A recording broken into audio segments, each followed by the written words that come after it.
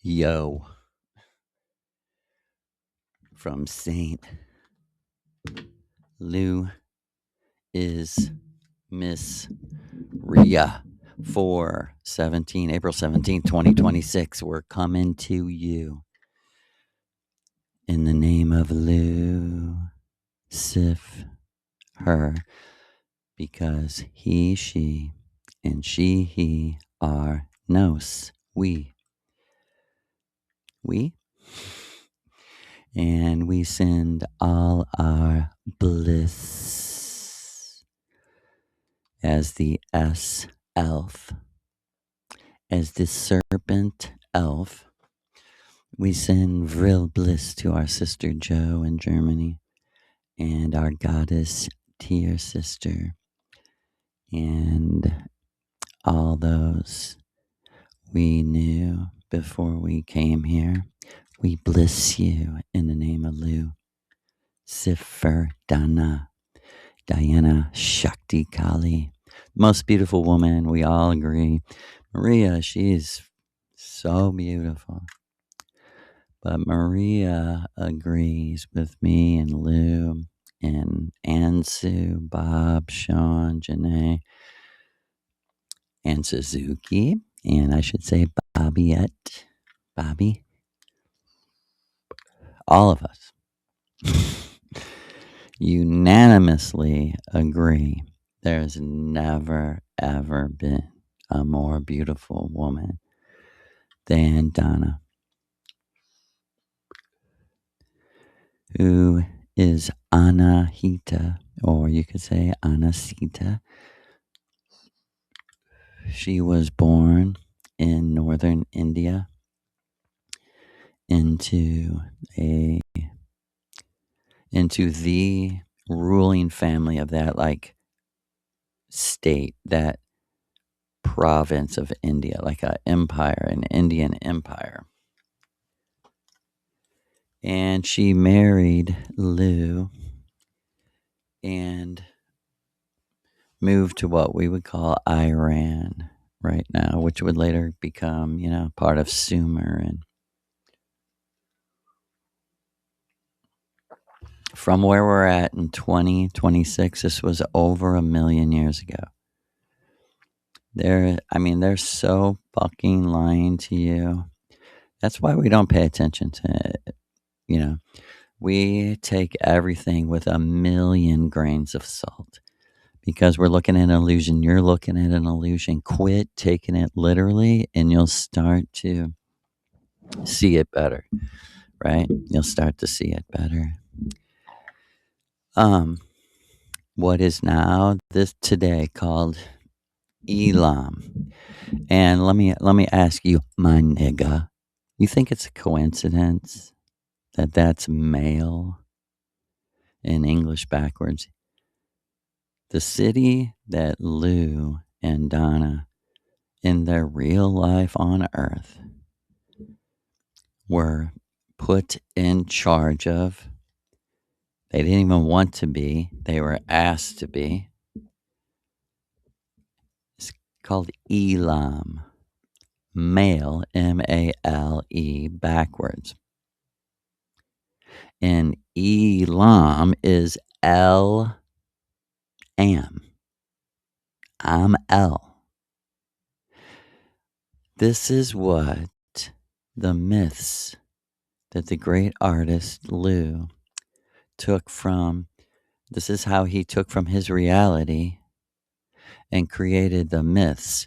L is his city. L am I.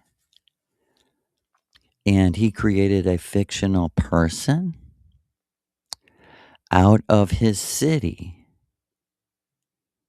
And his name was L. His name was just L. It means the. He is the. He is the. It's fucking fiction.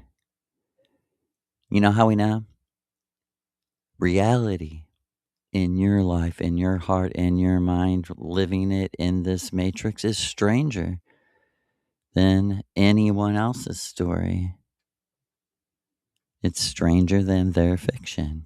No matter how creative any other nigga gets,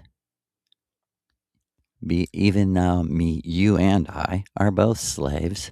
And when I read in these books by Miguel Serrano, The Slaves of Atlantis, you can't help but think that would have been me, right?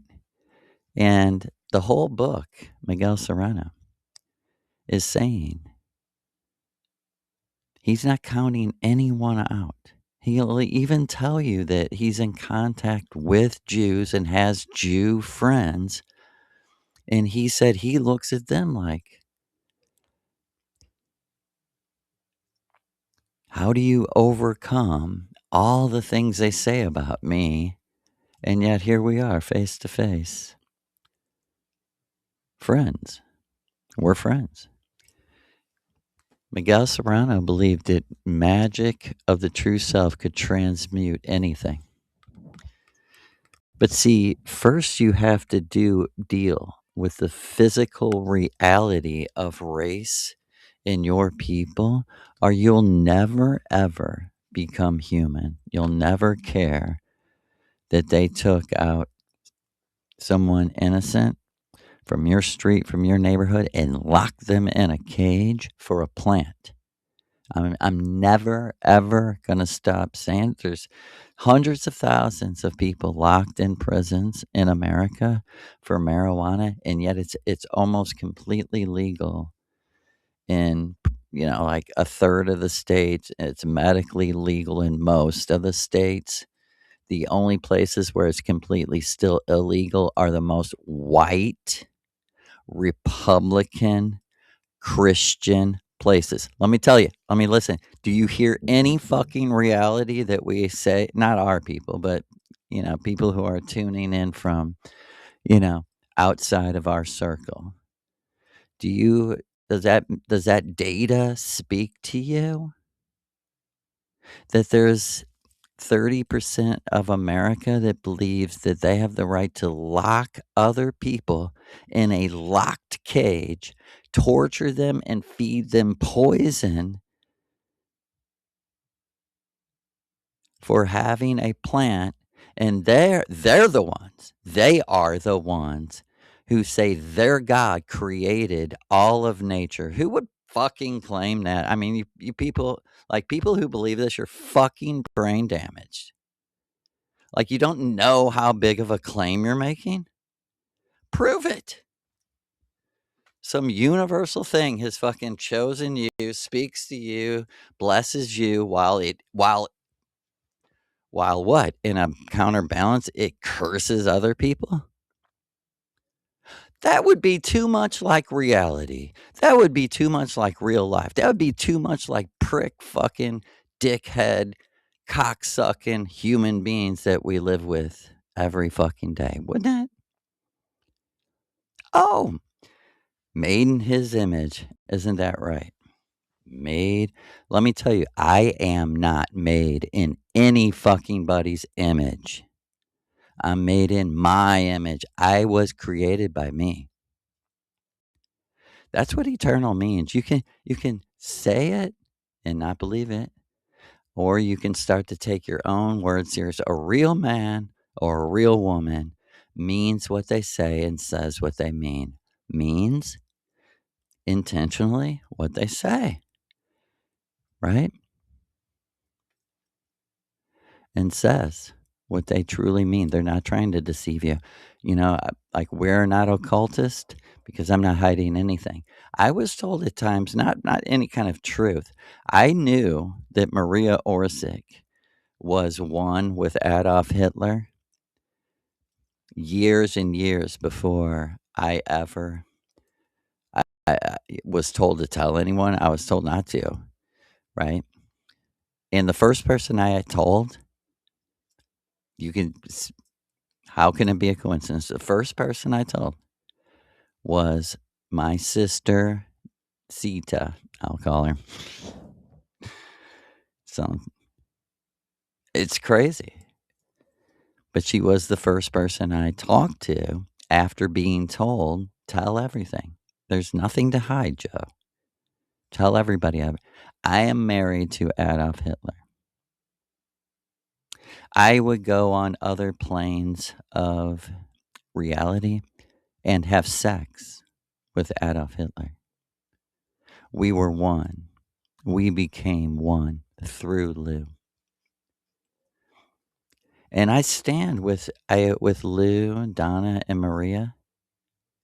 I can't even tell you how they really are one. It inspires me like, damn, dude, people are actually this cool. This is wild.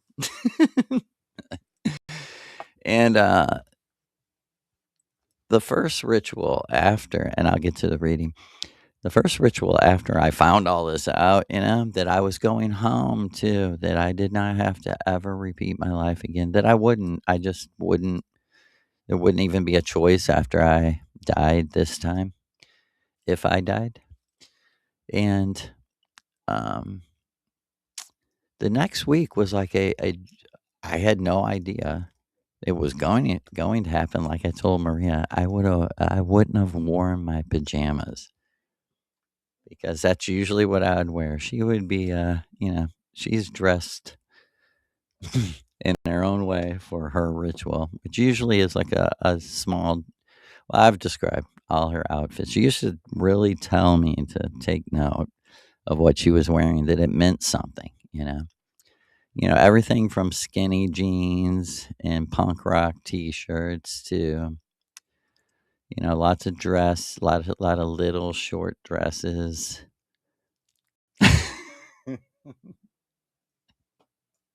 She's here right now, and she said, "Reveal too much." Never. You can never reveal too much of your little dancer ballerina body. Um, to outrageously beautiful things like what you would imagine, like goddess dresses and veils and scarves, and I like every once in a while she would wear this white jacket with a gold frill sign on it, and she would say to me, "Does it remind you of Madonna in the 80s?" And I would be like, "Yes." And she was trying to tell me I drop ideas for clothing on women on earth that I like.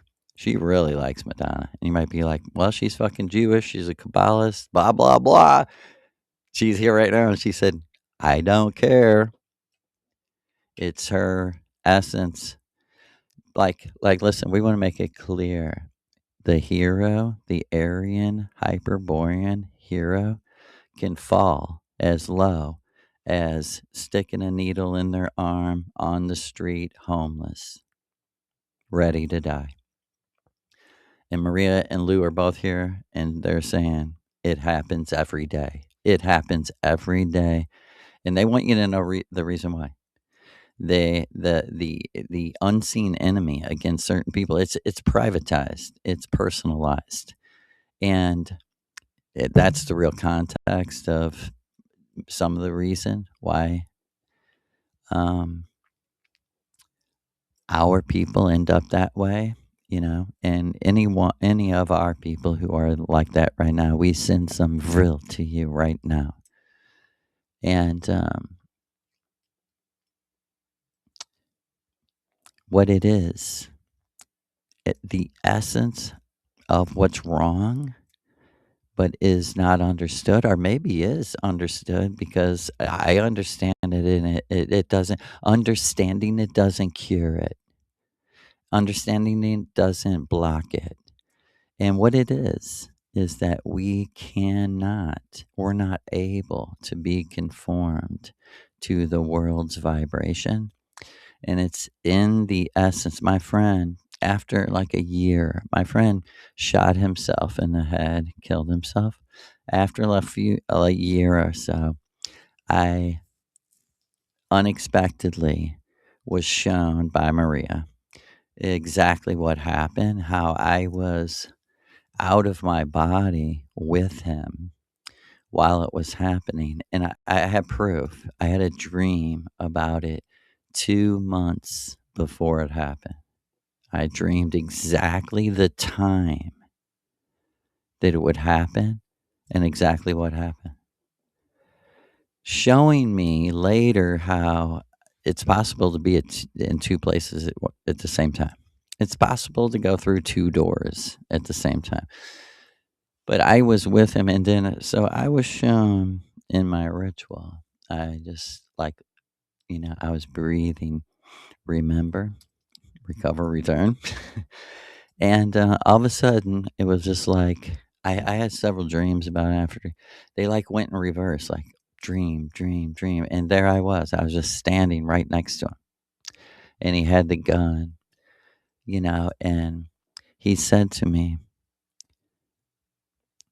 I feel sorry for you, but I know you're strong and you're going to be able to do it. He said, but I feel sorry for you because we're alike in this. I'm allergic to the world. And I thought about the whole science of autoimmune, you know, allergic. I know way too much about it. And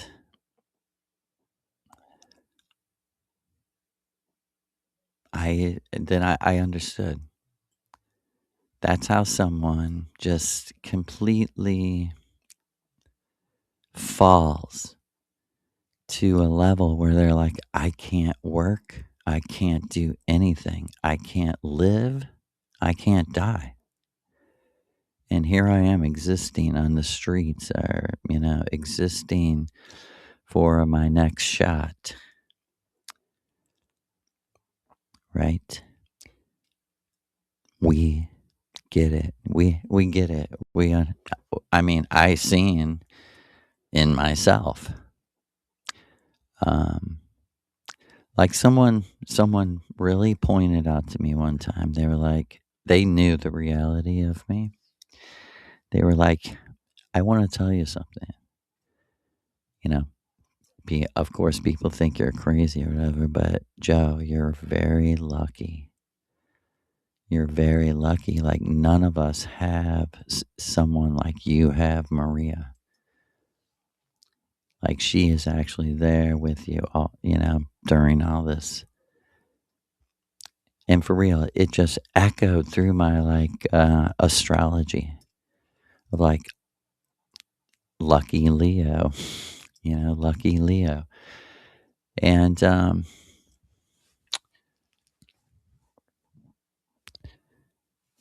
I got it. I understood. Like, okay, this is what I understood. Like, Maria was like, do you get this like in a practical way? People have come in your house, they've poisoned you, they've stole things from you. They've come in my house several times. I just want to say that. It's just the weirdest thing to be like, I was sleeping while a murderer was actually in my fucking house. And someone might be like, well, why don't you get better locks? You don't know what fucking you're dealing with, let me tell you. People who practice magic and shit are at the very top levels of everything. You think they haven't figured out locks? You think they haven't figured out security systems and locks and shit? Why do you think the cameras always fail in every motherfucking thing ever, ever, ever? 9/11, the cameras failed. Epstein, the cameras failed. The cameras failed. They always fail. But we have the best technology that ever existed. How does that make sense? The technology always fails. Always fails. Right? Okay, I'm just taking. Sorry, Maria. Oh, goodness. Wipe.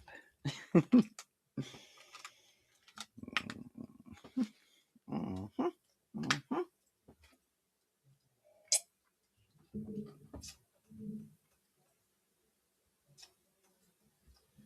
Okay. Was it off? If you seen me fucking around, it means I forgot to edit that out. That's the only thing we edit is when I don't know the camera's on and I'm looking at doing stupid shit. But I want to also show you this. Cat's eye. Right? We want to make it clear, to anyone that doesn't understand why we're trying to restore the white gods in the land, America, the land of the white gods. We're talking about the giants who existed a million years before us. And that's why we're white. It doesn't mean anymore. Black people, red people, we consider all. That's just what they say. There's brown ass white people, but it don't even matter. What you have to understand that this is like a nostalgia for a million years ago, when white people, our people, had a way, just like black people and red people, and our origins were the North and South Pole before the Great Catastrophe. And there were several wars that finally ended and literally like turning the earth almost inside out and changing, all kinds of things in nature. Weapons, like Maria just said to me up there earlier, said to me, weapons that can destroy nature on a level that just would fry your mind. You would be like, there's no way I'm seeing what I'm seeing. That there are energy weapons that just basically make everything die and fall, including the wood that built your house and shit. Anything that was the only things that aren't like vibrating with some kind of life are completely synthetic things like the drugs they want to feed you. Right? So, Lou, who is here right now, like he said, purity of blood basically means you've been intermarrying within your own family. He said, let me tell you from someone who directly lived that. It does not equate to someone we like. There's exactly why Aleister Crowley really, blows people's mind is his love under will. That you are God and you decide what is going to happen with you. Right? And let us get to the reading.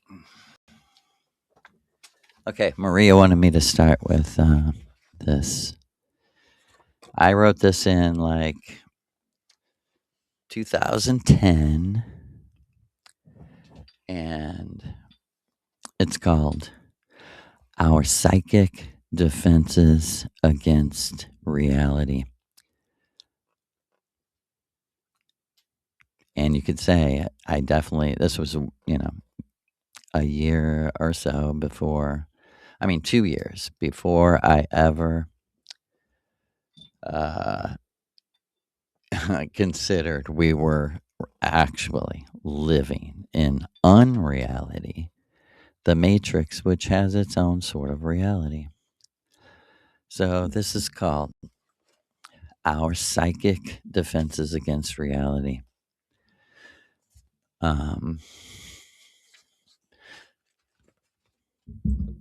Moon dust. By noon, it rust. Global storms go local. Half empty, half full. Power pushes, weakness pulls. Moon dust, a reflective glow. The script writes its own show. Thinks it does, 'cause life's a buzz, until it's wasted on wisdom lost. Moon dust, what's the fuss? Deposit your joy in a fund you trust. Nothing to bank on, the same old song. You think you're different, which makes you the same. You think you're better, wiser, and smarter, but you're wrong. They're all the same. Not in a bad way. It's just that we're all stuck like cargo on a truck on some raging concrete sea. It's just my luck that you would leave me drowning, 'cause I don't measure up to I don't know what, churning crop circles until the wheel stops. You don't know the difference between love and lust. The painted desert bows to the moon dust. There's only one reason to be good, because you're being yourself. Maria likes it. Okay, and this one's for Lou. And for all of us who are fighting this eternal war, right? I gotta find some better way of, okay, this is better. It's called, and Lou is blue. This is called blue fear. Blue fear turns to yellow rot. My two best friends now stop. At the edge, I feel your love. I still believe we'll rise above. My two best friends enter different dimensions. Jacked into the matrix, I'm packed and leaving. Men and women cannot be friends, they say. Only in hell, only in capital H, hell. But J is my friend. Her beauty overflows. M is my friend. The letter really knows what it means to live in interdimensions.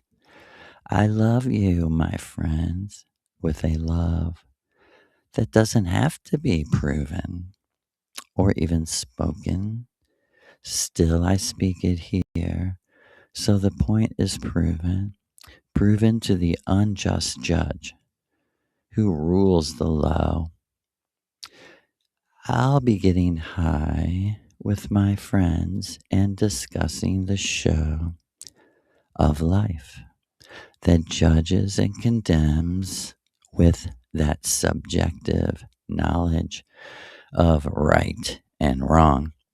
Everything that don't fit in the system, off the set, down with Paramount. Universal 2. Take 2. Action. Maria. That was for Maria. Okay. And here we go with Ayn Rand, right? Okay. First, I want to read her definition of sacrifice. So we're going to clean up selfishness as a prerequisite for self. You cannot know the true self if you're not selfish in a good sense. Self-concerned, self-centered. You are the avatar going around the sun. It's like people who live here and act like they don't need the sun, that the sun ain't shit. Who talks about the sun? What do you worship the sun? And yet every fucking thing that's alive would be dead if it was off 1 degree or whatever the fuck, smart guy tells us, right? So sacrifice. What is sacrifice, right? We have to have these terms so clearly defined when some motherfucker comes to us and says, "Did you know that Jesus sacrificed himself for your sins?" Sacrifice, as defined, is the surrender of a greater value for the sake of a lesser one, or one of no value. Do you hear how stupid that is? Think about it. Okay, we're trying to get down to business here. Sacrifice is the surrender of a greater value for the sake of a lesser one. Let me tell you, you keep sacrificing, you won't exist. Right? Your value. I mean, just hearing that, it's like, why would you do that? And we're going to get to eternal true love and how it's beyond what you thought love was. It's like Miguel Serrano says, I hope you can understand. It's a loveless love because it's beyond all that. It's beyond all this. It's beyond who's sacrificing and who's not, right? And once you understand this, you look at people who expect you to sacrifice in a whole new way. They're manipulators, is what they are. And they're born into it, they're taught to do it. We got a series of talks. I don't know when they'll ever come out, but they're called the man of the manipulated woman. The man of the manipulated woman. I mean, the manipulate. Yeah, you understand. It goes both ways. We're born into this whole thing of like women are weaker, smaller. This is survival of the fittest, and they need to use manipulation to provide, on another mental level for themselves. Like Maria said, we've come to destroy that, obviously. Sacrifice is the surrender of a greater value for the sake of a lesser one or one of non-value. This altruism gauges a man's virtue by the degree which he surrenders, renounces, or betrays his values. Since help to a stranger or even an enemy is regarded as more virtuous, less selfish than help to those one loves. This is your Christianity. Yeah, let me read it again. Since help to a stranger or even an enemy is regarded as more virtuous, less selfish than help to those one loves. The rational principle of conduct is the exact opposite. Always act in accordance with the hierarchy of your values and never sacrifice a greater value to a lesser one. This applies to all choices, including one's actions towards other men. It requires that one possesses a defined hierarchy of rational values chosen, validated by a rational standard. Justice. Without a hierarchy, neither rational conduct nor considered valued judgments nor moral choices are possible. Sacrifice does not mean the rejection of the worthless, but of the precious. Truly. Sacrifice does not mean the rejection of the worthless, it means the rejection of the precious. Sacrifice does not mean the rejection of the evil for the sake of good, but of the good for the sake of evil. Sacrifice is the surrender of that which you value in favor of that which you don't. Heil to Ayn Rand. Thank you, Ayn Rand. You know, our sign to you, Sister Ayn Rand. Thank you. And we're gonna read a little bit more back to the definition here of selflessness. Men have been taught that the ego is the synonym of evil.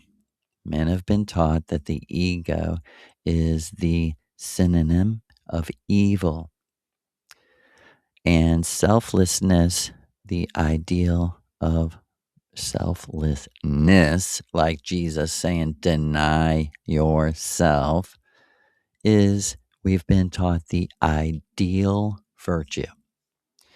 But the creator, one who creates, an artist, is the egoist in the absolute sense.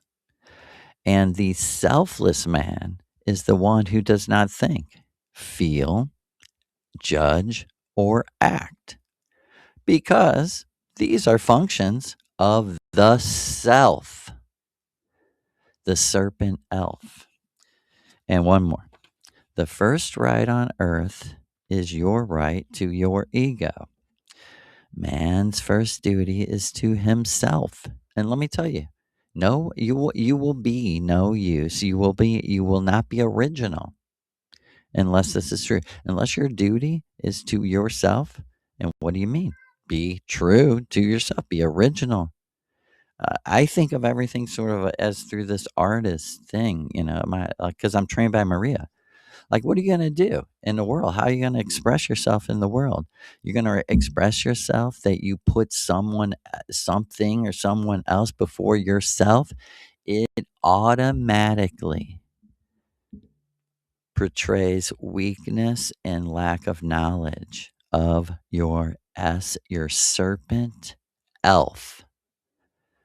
Serpent, why? Because it's eating its own egg and going in a circle.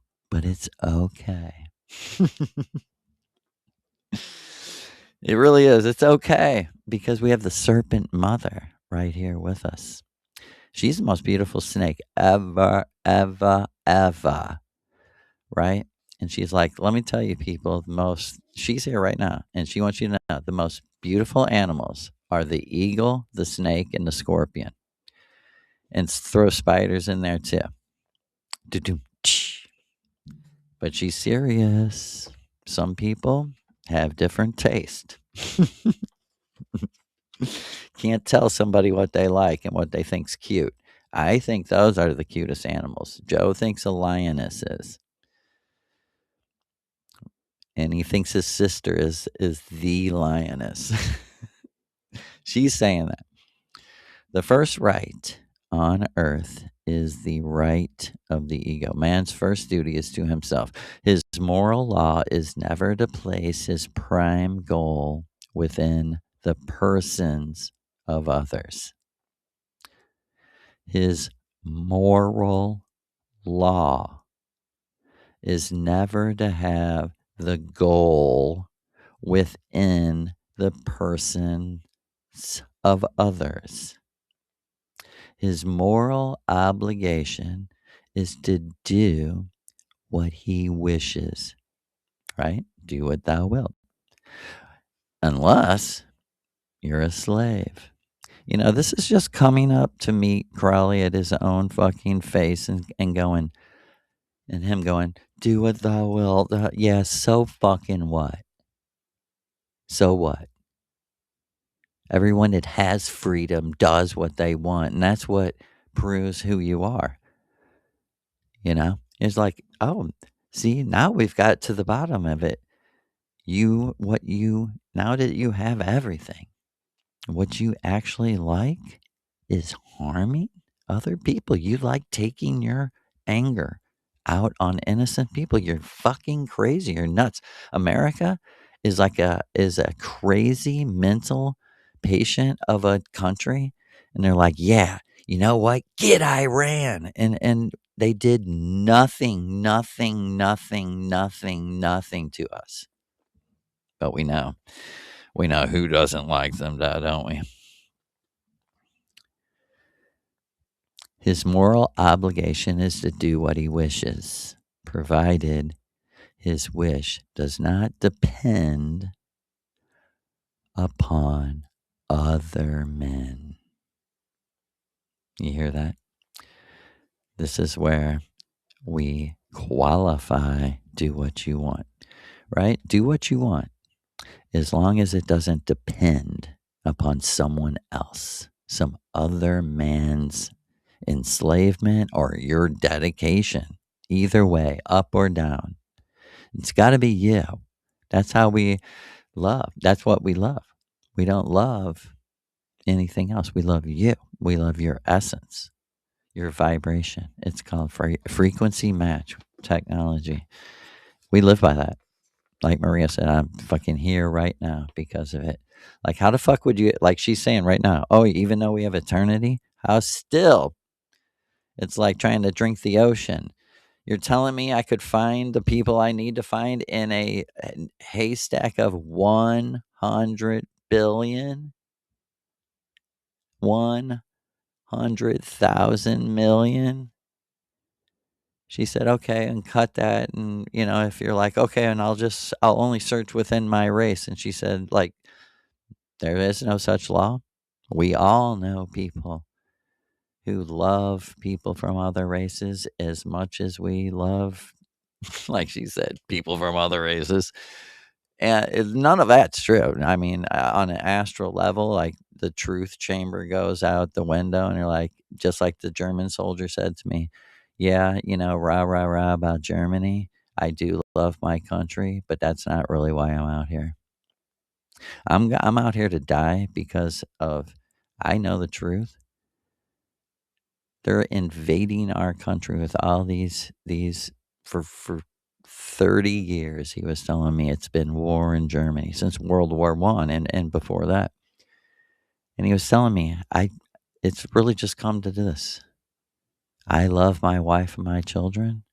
I will kill a motherfucker who thinks they're going to come in my country, kill me, and rape my wife. He said, do you understand? That's literally what they were saying. And the only reason I'm saying to you is you're from the future, and they already did it. They already did it. They raped and raped and raped and raped and raped and raped German women, crucified them to the doors of their house. It's we'll never be forgiven. We'll never forgive. Right? Because this is our primary moral obligation. Right? Truth. And it's any innocent person, not just Germans, any innocent person. If the most, blah, blah, blah people said to me, these other people are so bad, we're just going to have to kill their children. Do you agree? I'd be like, I would be like, I'm getting out of here. Who the fuck are you, weirdos? It doesn't matter what happens. You never, ever should derive pleasure from hurting someone that just rationally doesn't even have anything to do with it. You're crazy. You're the crazy one. Our people, we're not crazy. They're crazy. And You're allergic to the world, so you have to just stay with us, stay calm, get those MAO inhibiting plants and start taking those. They're in big, higher doses because they're natural plants, totally legal. His moral obligation is to do what he wishes, provided his wish does not depend primarily upon other men. This includes the whole sphere of his creative faculty, his thinking, his work, his art, but it does not include the sphere of the gangster, the altruist, and the dictator. A man thinks and works alone as an individual.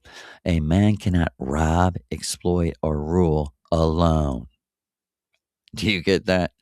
Robbery, exploitation, and ruling presupposes victims. They imply dependence. They are the province of the second hander. Rulers of men are not egoists. They create nothing. They exist entirely through the persons of others.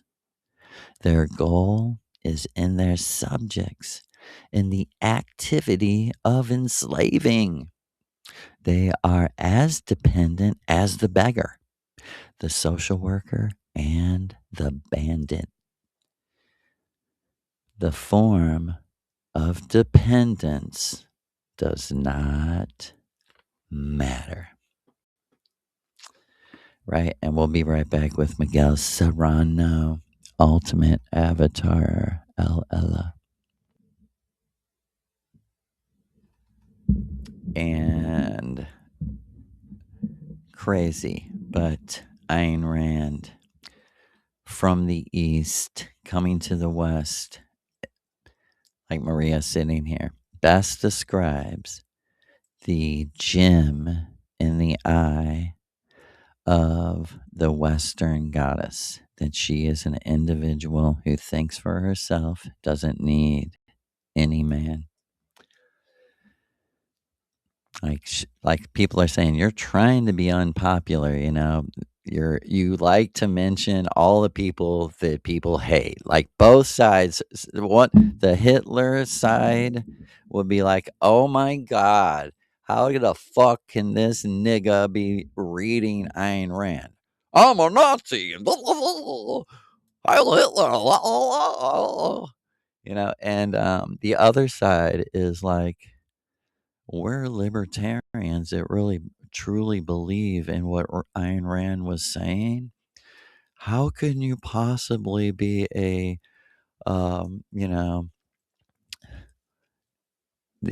World War II denier?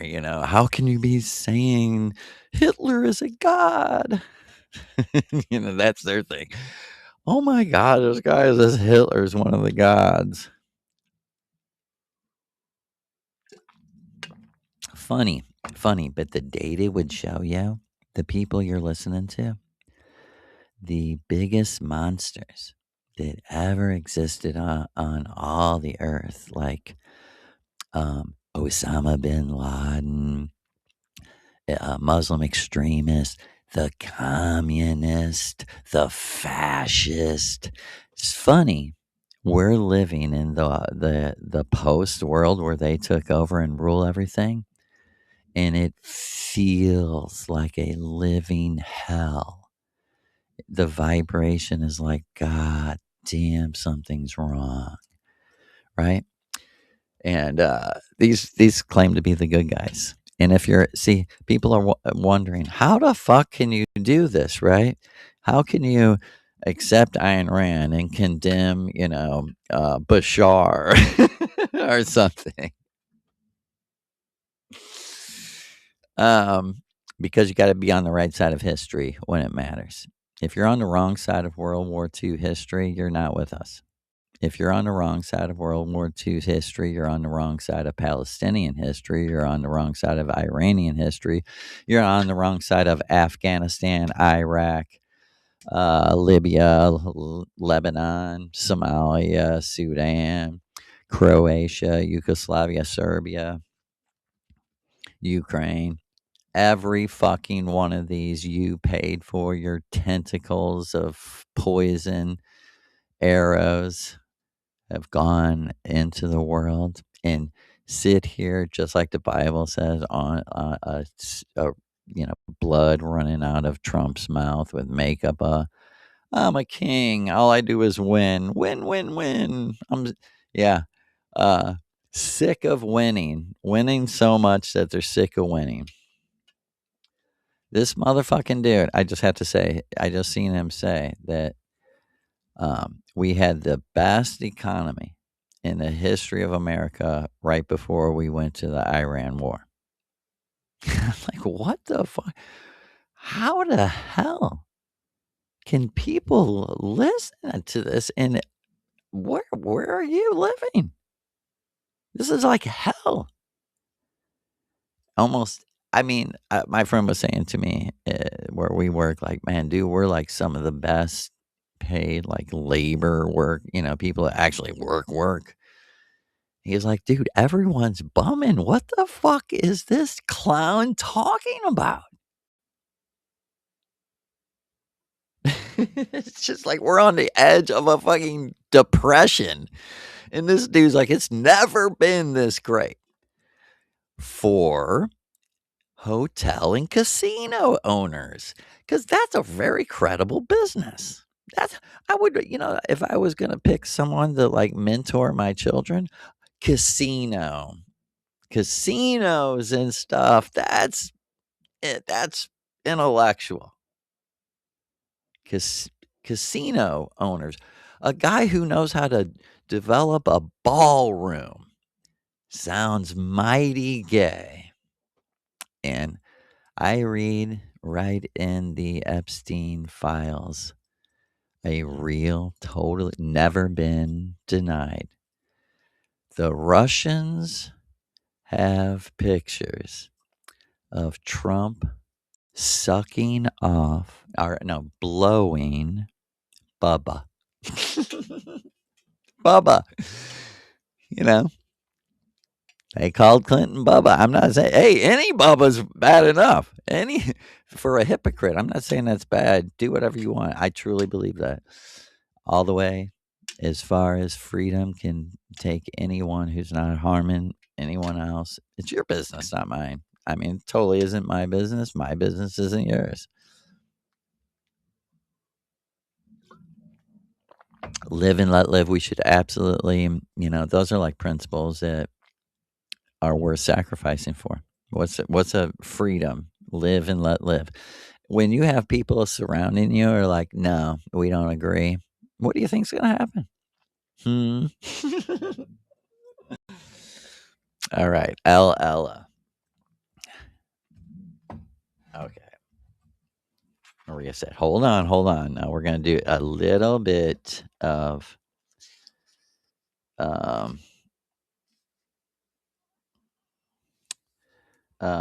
little bit more of Miguel Serrano.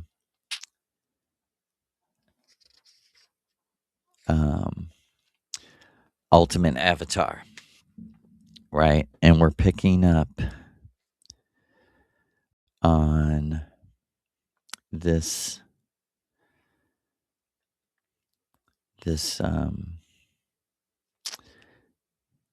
page 654. This attitude was the same towards the titled nobility, the Vans, right? He's talking about this Aristogenesis, right?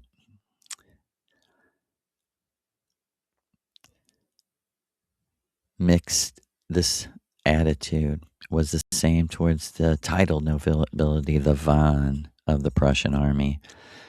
And what he's trying to say is it was through families that they kept this truth alive. But the Vans of the Prussian army mixed with Jews and bankers, and moreover with Masons, all of whom rose up against the National Socialist state, the racialist government of Hitler, to betray it, preferring Germany lose the war rather than they lose their privileges of caste and class. Exactly what's going on in America right now. Gunther said the Germanic nobility, like the Indo-Germanic nobility, originally had a biological base, and the equality of lineage meant sometime in the primordial times of those people something like an identical level of heredity, heter, um, inherited abilities, hereditary and inherent abilities, and equal preeminence of characteristics in the Nordic race. Look, they're talking like meta.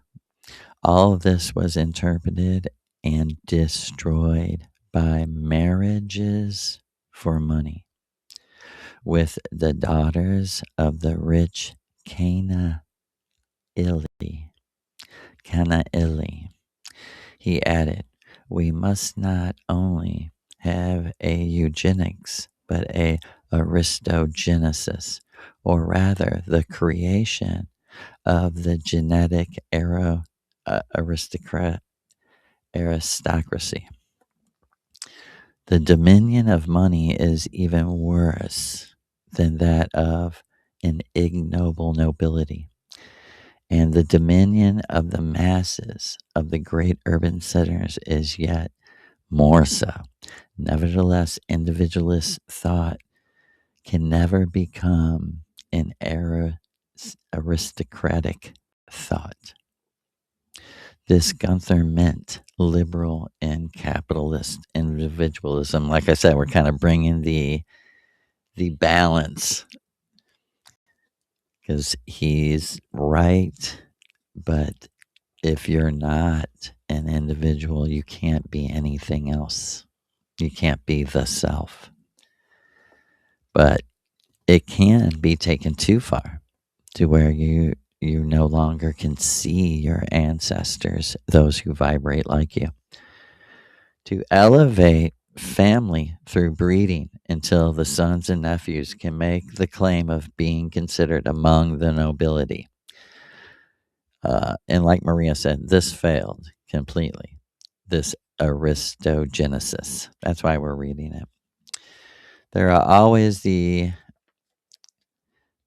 are mistaken because most men are animals and will continue to be for eternity unless they are forced to overcome their animal side. And that side, exactly. That's why we are transmuting into the highest level, which is the real. Only eternal true love is real. Everything else is a projection, an illusion. Right? We must learn to distinguish between right of, let me see. On the basis of these reflections, what you see is what is extolled is anti-spirit. In other words, directly trying to genetically destroy the blood memory. That's what Hitler and the scientists were trying to do. They were like, is there a way to manifest in the physical world and then the astral world? Like if we corrected and bred some what appears to be genetics, it is, healthier, stronger, would that actually produce another spirit, a better spiritual being? And it makes sense to the rational mind, but as soon as you hit the astral plane, you're like, none of that matters. None of that matters at all. That only matters for the robots. Anyone that knows themselves knows the very first thing. No motherfucking scientist in Germany or anywhere else is going to tell me who I am, you know? And maybe that's what makes me a slave. Like, like Maria, she said, um, is my story success with the social, um, trendy, intellectual, academic people? No. Like she said, she's told me from the very beginning that, I mean, 1 week after she told me she was Maria, she told me, like, listen, I am a teacher of magic and more. I don't have anything to do with circuits and building shit and motors and magnetics. She's like, I know all that on another realm where it means something. She was like, I literally wasn't even interested. Not I was. She's here right now. She's saying it's not that I wasn't interested in how it worked. I wasn't interested in hours and hours of talk about, um, parts and the way to build them and all that. I was just like, listen, I'm a dancer. You do that. You're the people. And they looked at me like, well, we thought you were this magic guide for all this. And she's like, no, this notebook is the magic guy. And this dude over here, like she said, this is who Germany really had to give a lot of thanks to, was the professor, my dad's friend, Thomas's friend, who translated the notebook into German, from Sanskrit to German. And how, like she said, it took me to a whole nother level when I met him.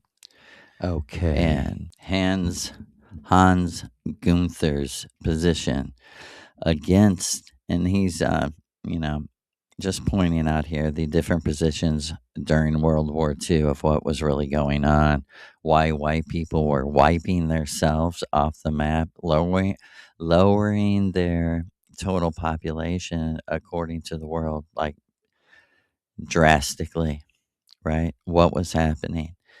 People were trying to figure out it didn't mean they were evil and wanted to kill people of other races, but they're trying to figure out what is happening. And it was forcing people onto like a magical level, like me, Maria saying.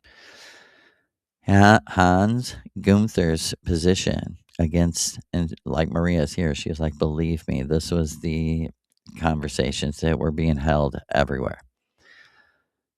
Hans Gunther's, whom, like she said, I knew, position against the theory of Evola's race of spirit and race of soul of Klaus, right? Race of spirit or race of mind, basically. And you might say, is it worth? Well, just listen. The position, I'm not saying I have either. I believe there is a more. Eternal true love is, in a sense, to me and Maria, a race of spirit. But these words are carefully defined. And it's not that we agree or disagree with either side. It's just like, it's what's subjectively true to you. But you have to have the data to make a choice. Here is Hans Gunther's position against the theory of evil as race of spirit and against the race of soul of Klaus. The position is the authentic position of an Aryan who sees no difference between body, spirit, and soul once they are incarnated as drivers of mutation. And I was like, that's exactly what the Missouri River goddess told me. Stop making the boundaries and differences between body, soul, and spirit because you're in the matrix, because you're not in the physical world, Joseph. Your body is a magical magic wand, and it can bring you to where the space can be frozen like ice, the space of healing, pleasure, eternal orgasm. I was like, right. She's like, if you don't believe in the magic of your body, you can't get there. You still believe you're a sinner. And I was like, right. And it took a while, but I did free myself. You are not a sinner. You are not a sinner. Sin is the beautiful, lovely, lovely, lovely, lovely, lovely wife of Loki. It's just a myth, people. The attitude. All right, listen to this. There's no difference between body, spirit, and soul. Is and always was the attitude of a true pagan. In the best sense of the word, a Hyperborean Nordic polar attitude against the oneness of so called Jehovah Yahweh. It is also good to remember that Hitler spoke of creating new lineages among the German people, racial lines. The problem of how to preserve the new social strata of leaders of that aristocracy without whom, but you have to also remember it was magic initiation that would choose these people. Cultural creation would exhaust its superior genetic, right? It would just melt down anyway. Always keeping alive the agrarian reserve, the countryside, the magic, the mute, but we could still carry on the magic in mutual soil of the fatherland of the fatherland of the soul, as Nietzsche would say, of race from which the new genetic strains from the cities on tense frontiers where SS warriors will defend the geographic borders of divine Aryan blood.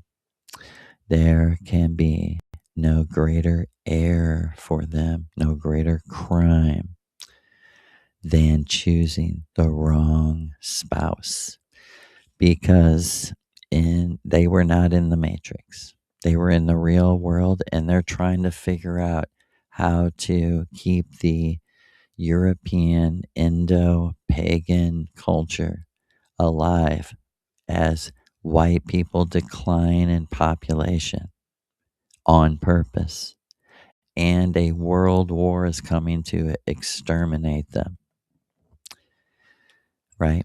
It's like the Palestinians going, hold on, man, maybe there's something about us that makes these people hate us so much, like something that we don't even know about.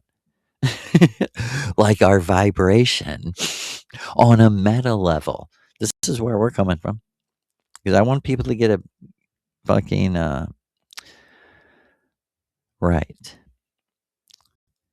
No greater crime could be the choice of the wrong spouse. And for the Vera, the hero, that would be the betrayal of his Valkyrie. In the magic laboratories of the initiation of esoteric Hitlerism, in the castles of the order in Ordensburg, there vibrates an indestructible, eternal energy because the grail, the vril, is kept there. There, the mutation of race and the creation of the Superman, the God man, is at least attempted more than Aristogenesis, theogenesis, beyond all of this, beyond everything until now imagined or attempted. The first return to the first Hyperborea, which is beyond the stars. Do you hear what he's saying? That this is actually Venus. We do not know whether this was achieved in the initiations at first, in World War II. Although we do not know whether they achieved it, although we can imagine, like the superior Nordic race towards the Gunther and Dare tended, the Lebensborn, the Sonnensmensch, did not die. They can't die. And they were never found. Well, Maria's here right now. She's like, they left with me. They did. She said they did. They are already immortal. Like she said, they never died like I did. Maria literally is saying to you, fucking, I never died. I was a person just like you. I never died. They put me in a machine and they gave me some natural medicine and told me to really, really, really relax and go to sleep. And when I woke up, I was in a different body and I was exactly myself with no hangover. She said, isn't that what you would say? Hangover? I said, yep. They are already immortal. And together with the Führer, they have disappeared. Together with the Führer, they disappeared like Parsifal, taking the Grail with them in the direction of a far distant land to the west beyond the great ocean where the black sun of eternal midnight never sets over the Antarctic oasis. Within the vril inner earth of the city of the Caesars, and their midnight is always and already their noontide. All right, right back with Ella.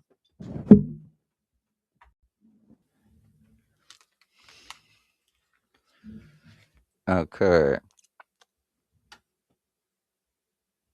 So Ella.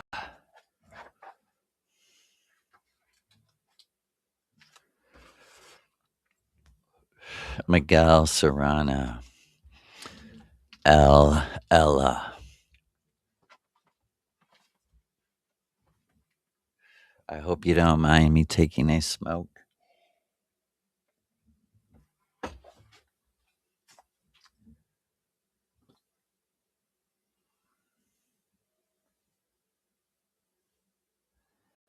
And Maria, just wants you to know that we're here not to make excuses for any individual person who did any evil ever, but we're trying to give you the context of what really was behind what they say is the greatest monsters that ever existed. They were experimenting on people.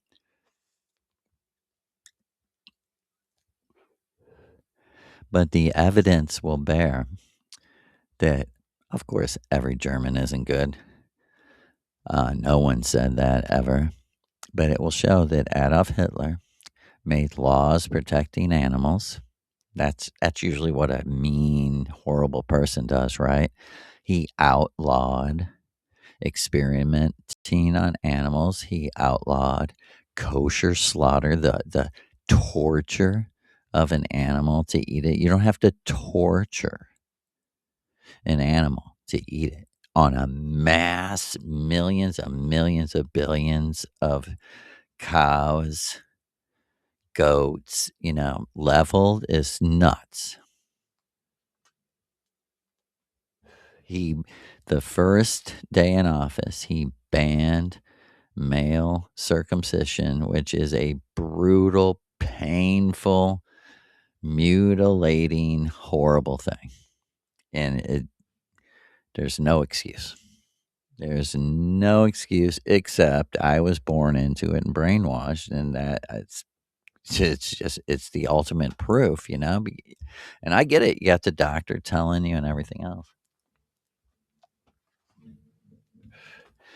But here we go. Miguel Serrano, Ella, back to it.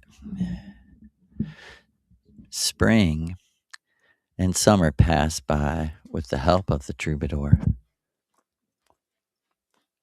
The power of art, the power of art over nature was enough to sing the time away and jumble the seasons. You remember the initiate is in the cave, the knight is in the cave. I'm sorry, the knight is in the cave with the troubadour, the poet singer. And he's saying, spring and summer pass by with the help of the troubadour. He would sing the time away. Here is one of his songs. When the days grew long in May, I listened to the nightingale. And when I walk at dusk, I considered my love so far away. I'm so sad and bent with desire that neither song nor flower cheers my wintry heart. And snow began to fall, and icicles formed at the entrance of the cave. Nevertheless, the night did not feel cold. He wasn't really there anymore. His body felt like an icicle, but his mind traveled and moved with swiftness of a living bird. His flight took him to the foot of a mountain where he began to climb a narrow path. Far above, he could see a stone house. After a while, he entered a small courtyard containing a pair of gates that guarded a tunnel leading into the mountain. He left his horse outside and opened the gates. Inside the passageway, inside the passageway was lit by a light that seemed to have no source. At the end of the tunnel, there was a round room. A small door opened, and the knight entered. Inside, the room was brightly lit with mirrors that rose tier on tier to the top of the mountain. The knight realized he was not involved in a personal or historical time. He was climbing a mountain of the mind on the other side of an event, passing through centuries in light's shadow. He stared up through the long passage that led to the top of the mountain. And there he saw someone looking at him from one of the windows in the stone house. This person said, "Traveler, go back. Return to your own time." Below, at the foot of the mountain, stretched a lake of deep green water. Yet even if there were no relationship to time or place of Mount Seeger, the knight's adventures must have had something to do with it. Otherwise, he could not have continued as he did. Once again, he undertook his quest for the Grail, his quest for Mount Seeger, and he found it in a special sense, even though he had made a mistake in the first time. What he saw at the top of the mountain were the ruins of the castle of Mount Seeker. All that remained there were a few stone walls. He climbed up them, the foot of the mountain, to look at them. It was brilliant, bright day, and the blue light made the snow luminous. After a while, he passed by a stone inscribed with a date and a few words. He continued on, climbing up the steep hillside. It became increasingly difficult as he pushed through the snow and ice, and in the end, he decided he had to go back down. He returned in a dismal mood. From time to time, he would stop to look back at the same stone ruins, at the top of the mountain. And when he reached the place where he had first glimpsed the ruins, he paused to look at them one last time.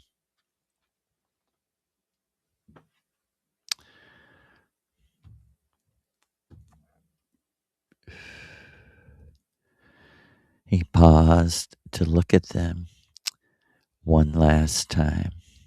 He realized he had not seen a single person or animal all that day, only the old stone walls of Mount Seeker. Then he thought he saw something reaching out from those ruins toward the blue sky. It looked as though a pair of arms were praying or imploring someone for help. As he watched, he felt he was receiving a message from another world, a region of extraordinarily pure light, sending him a sign of love. The sight of those stone arms, whether they existed or not, silhouetted against the snow of the mountain peaks, moved him deeply, and he accepted the signal, not daring to interrupt the vision with a gesture of any kind. It was true he had not reached the summit, yet he had come at the wrong time. But the experience made him realize that his effort had been recognized. They would not let him reach the top, but they expected him to try. With this understanding, the knight understood that he was not yet prepared for the ultimate test. He would have to go back to the cave and contemplate the mother's face. When he returned, he discovered that the face had disappeared. Of course. He looked everywhere for it, following the fissures and scraping aside the snow and ice with his bare hands. Then he began to doubt whether a woman had ever come into the cave, and if she had ever put the head of her own body like a mask, put the head on her own body like a mask. Wild. But in the midst of his doubts, a new figure appeared. She came into the cave with bare feet, wearing a long white gown which nearly reached the ground. Without touching the stalactites, she made her way into the interior of the cave and walked over to the place where the woman's face had been. As she walked, her eyes were open and her arms hung down by her side. I've come down from the mountain, even though I am asleep. I've been sleeping for ages and have been waiting for you to wake me. Unless you do that here in your cave, unless you do unless you do that here in your cave, Mount Seeger will be destroyed.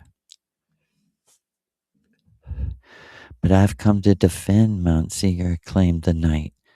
You won't be saved until it's destroyed, she replied. With her arms extended, she moved toward the knight. As she approached, she seemed to emanate a perfume of flowers from another world, a distillation from ancient tombs. The knight trembled and tears ran down his cheeks when he looked at her hand in the half light of the cave. He saw a little white spot between her fingers. Leprosy, he thought. I've seen it in another world. With that, he knelt down before the woman. I'll do what you want, he said. I'll obey your wishes and follow you about. Then one day, I'll awaken you, and Mount Seeger will be destroyed. I don't want any help from God unless it comes through you. She slept for more than 3 centuries at the base of the mountain on which the castle of Mount Seeger was built. The perfect ones had found her sleeping beauty, sleeping there, and had left her alone because they knew it once. They knew that once she was disturbed, their castle would be destroyed.